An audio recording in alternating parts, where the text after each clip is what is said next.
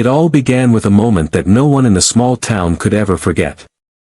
Imagine walking down a quiet street and suddenly finding two little girls, sitting alone on a church step, clutching each other as though the world had ended. Most people would have passed by or called the police and moved on. But one man, ordinary in every sense, made an extraordinary choice. His name was Thomas Reed, and that choice would echo through decades. The year was 1996. Thomas was 35, a construction worker in a Midwestern town known more for its factories than for its hope. He wasn't married, didn't have kids, and most of his neighbors thought of him as the guy who worked long hours and kept to himself. Beneath his quiet surface, though, Thomas carried scars of his own. He'd grown up in foster care, bouncing between strangers' houses, never knowing what it felt like to belong anywhere. One humid summer evening, Thomas was walking home from a late shift when he heard faint crying near an old Methodist church. He almost ignored it, thinking it might be a stray animal, but curiosity drew him closer. That's when he saw them, two small girls huddled together. One was about 6, the other maybe 5. Their faces were wet with tears, their clothes worn and dirty, their eyes wide with fear. Thomas knelt beside them. "Hey, what's going on? Where's your mom or dad?" The older one tightened her grip on her sister and whispered, "She left. She said she'd come back, but she didn't." Something inside Thomas broke at those words. He knew that feeling all too well. The hollow pit of being left behind, the gnawing fear that no one was coming. In that instant, he made a decision.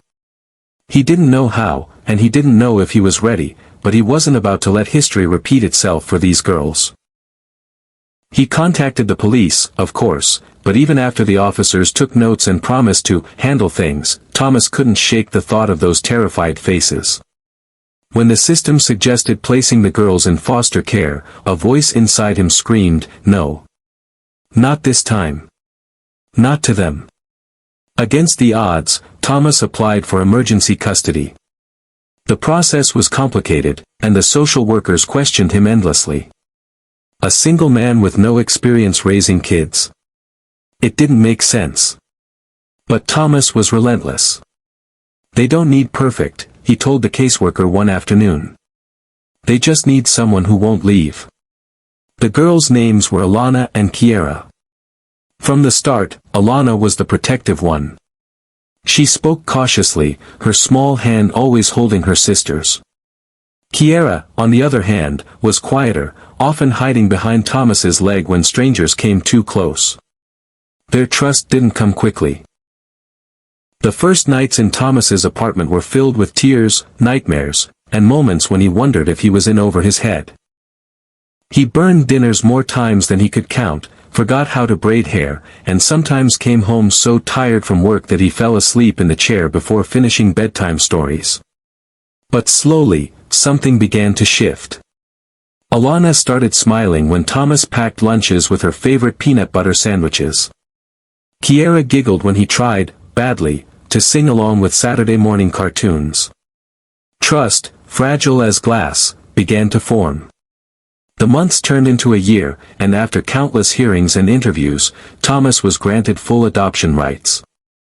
It was official. These two little girls, once abandoned and alone, finally had a father. And Thomas, once a man with no family of his own, finally had daughters. Life wasn't suddenly easy. Raising two kids on a construction worker's paycheck meant sacrifices. Christmas gifts were often handmade or bought from thrift shops. Vacations never went further than the state fair. But what the household lacked in wealth, it overflowed with love. Thomas cheered the loudest at school recitals, patched scraped knees with gentle patience, and worked extra hours so his girls could have the school supplies they wanted. As the years passed, challenges tested their bond. Alana grew into a strong-willed teenager, always questioning, always pushing boundaries. One night, during a heated argument, she screamed, "You're not even my real dad." The words sliced through Thomas like a blade. He didn't respond in anger, though. He remembered being that age, filled with confusion and bitterness. Later that night, she found him sitting on the porch, staring at the stars. She sat beside him in silence before finally whispering, "I didn't mean it." Thomas put his arm around her. "You don't have to mean it. You just have to know, I chose you. And I'll keep choosing you." Kiera found her voice in music. She spent hours teaching herself the piano at the community center, her fingers moving across the keys as if she'd been born for it. Thomas often worked overtime but always made sure to sneak into the back row during her recitals, his eyes misty with pride. Alana leaned toward books and debates, eventually joining the high school's debate club and volunteering at shelters. Though their paths were different, both sisters carried the lessons Thomas instilled in them: resilience, kindness, and the belief that family is built on love, not blood. By the time the girls graduated high school, Thomas was grayer, more worn, his hands calloused from years of hard work. But his heart was fuller than he'd ever imagined. He supported Alana when she went off to college with dreams of becoming a lawyer. He encouraged Kiera to audition for music programs, even driving her across state lines when she was too nervous to go alone. Thomas never remarried, never sought out another life. His daughters were his life. And though he often wondered what the future might hold, he never once regretted the choice he'd made on that hot summer night years ago. What Thomas didn't know was that his selfless act of love would one day come back to him in ways he couldn't begin to imagine. Because 27 years later, the way Alana and Kiera repaid him would leave everyone stunned. Years rolled forward, and Thomas's little apartment slowly became quieter. The laughter that once filled the walls now echoed only on weekends and holidays, when Alana and Kiera returned home from their studies. Alana pursued her dream with fire. She studied criminal justice in college, working part-time at a diner to cover what her scholarships and Thomas couldn't. Life wasn't easy for her. She often stayed up late into the night with textbooks spread across her bed, wondering if she was good enough. Every time she doubted herself, she'd call Thomas. No matter how tired he was after a long day on construction sites, he always answered with the same calm reassurance, "You're stronger than you know, Alana. Just keep going." Kiera, meanwhile, blossomed into an artist of sound. She got into a respected music program, where professors praised her natural talent at the piano. But her path wasn't free of obstacles either. She wrestled with stage fright, and there were nights she cried in her dorm room, hands trembling too much to play. Whenever she faltered, Thomas reminded her of those early days at the community center piano. "It's not about playing perfectly, Kiera. It's about playing with heart. That's what people will remember." Both sisters carried the weight of their beginnings, the abandonment, the years of struggle, but they also carried the strength Thomas had instilled in them. Then life shifted again. Thomas, after decades of backbreaking work, started to slow down. His knees ached, his hands were stiff, and he found himself winded after simple tasks. He didn't complain, but his daughters noticed. By the time Alana graduated from law school, she saw how much her father had sacrificed. How many years he had pushed his body past its limits just to keep a roof over their heads. One Thanksgiving, as they sat at the small wooden table Thomas had built himself, Kiera set down her fork and looked at him with misty eyes. "Dad," she said softly, "you've given us everything. And you've never asked for anything in return." Thomas chuckled, shaking his head. "You girls were the gift. I don't need anything else." But the sisters exchanged a glance that night. For the first time, they talked seriously about how they might one day repay the man who had saved them. Years moved quickly. Alana became a defense attorney in a bustling city. She poured herself into cases involving children in the foster system, fighting for kids who had stories too close to her own. She carried Thomas's words with her every time she stood in front of a judge: "They don't need perfect. They just need someone who won't leave." Kiera, on the other hand, turned her love for music into a career. She began composing, teaching, and eventually performing in concert halls. Her name grew in the music world, not for flashy fame, but for the soulfulness of her work. Critics wrote about how her playing carried a weight of history, of love and loss, woven into every note. She knew exactly where that came from. Every song was a reflection of the home Thomas had built from nothing.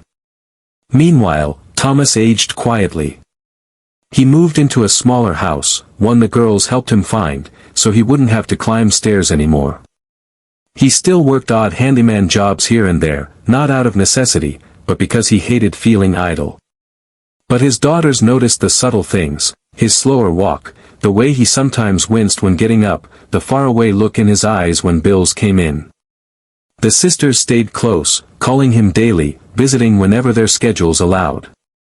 But they were planning something Thomas had no idea about. One spring afternoon, Kiera visited him after a concert in his town. She found him sitting on the porch, sipping coffee, looking at the yard he could no longer maintain as he once did. He smiled warmly, but she saw the tiredness behind it. She sat beside him and said, "Dad, do you ever think about what life would have been if you hadn't found us?" Thomas looked at her, his eyes soft. "I don't think about what could have been. I just thank God for what is. You girls saved me as much as I saved you." Her throat tightened, but she didn't press further. She knew the time was coming when he'd finally understand just how much they meant, those words. Because Alana and Kiera weren't just building lives of their own, they were building a future for him, too. A repayment not in money or gifts, but in a way that would honor the man who gave up everything for them. And when the 27th year came, Thomas would discover just how extraordinary their love could be. The 27th year since that summer night arrived quietly, without fanfare. Thomas was now 62, his once strong hands lined and rough, his steps slower but still steady. He had no idea that his daughters had been preparing something that would change his world. On a warm Saturday in June, Alana insisted that Thomas dress nicely. "We're taking you somewhere special," she said with a smile that gave nothing away. Kiera picked him up in her car, her hands gripping the wheel tighter than usual. Thomas asked questions, but neither daughter answered. They only exchanged secretive smiles. After nearly an hour, they pulled up in front of a large brick building with tall glass doors. A banner hung across the entrance, "The Reed Center for Children and Families." Thomas blinked, confused. "What is this?" Alana stepped out first, walking him to the door. "Dad," she said softly, "this is for you." Inside, the lobby opened into a bright, welcoming space filled with children's artwork on the walls, shelves of books, and the faint sound of a piano playing in the distance. Social workers moved about, guiding children to safe spaces. A group of volunteers greeted Thomas warmly, as though he was someone they'd been waiting for. Kiera's voice trembled as she explained, "We've been working on this for years. I used my earnings from music, and Alana built the nonprofit structure. Together, we created this place, a center where foster children can find safety, guidance, and support. It's named after you, Dad. The man who showed us what family really means." Thomas's breath caught in his throat. His eyes welled with tears as he looked at the plaque on the wall, dedicated to Thomas Reed, who taught us that love is a choice, and family is forever. He tried to speak, but his voice cracked. "Girls. I don't deserve this." Alana shook her head firmly. "You deserve more than this. You saved us when no one else would. You gave us a life, a home, and a future. This is just our way of carrying your love forward." Children began to gather, some shy, some curious. One little boy tugged at Thomas's sleeve and whispered, "Are you the man who made this place?" Thomas knelt down, tears streaming down his face, and hugged the boy tightly. In that moment, he realized this wasn't just repayment. It was legacy. From that day forward, the Reed Center became a sanctuary for countless children. Thomas visited often, not as a founder, but as a grandfather figure, reading stories, fixing broken toys, listening to fears that echoed the ones he once carried. And every time he walked through those doors, he saw his daughter's love shining in every corner. The repayment wasn't about money. It wasn't about grand gestures. It was about completing the circle, two girls once abandoned now creating a home for others, guided by the man who had chosen them all those years ago. And as Thomas sat in the common room one afternoon, watching children laugh while his daughters stood proudly beside him, he finally understood. Love, when given freely, always finds its way back.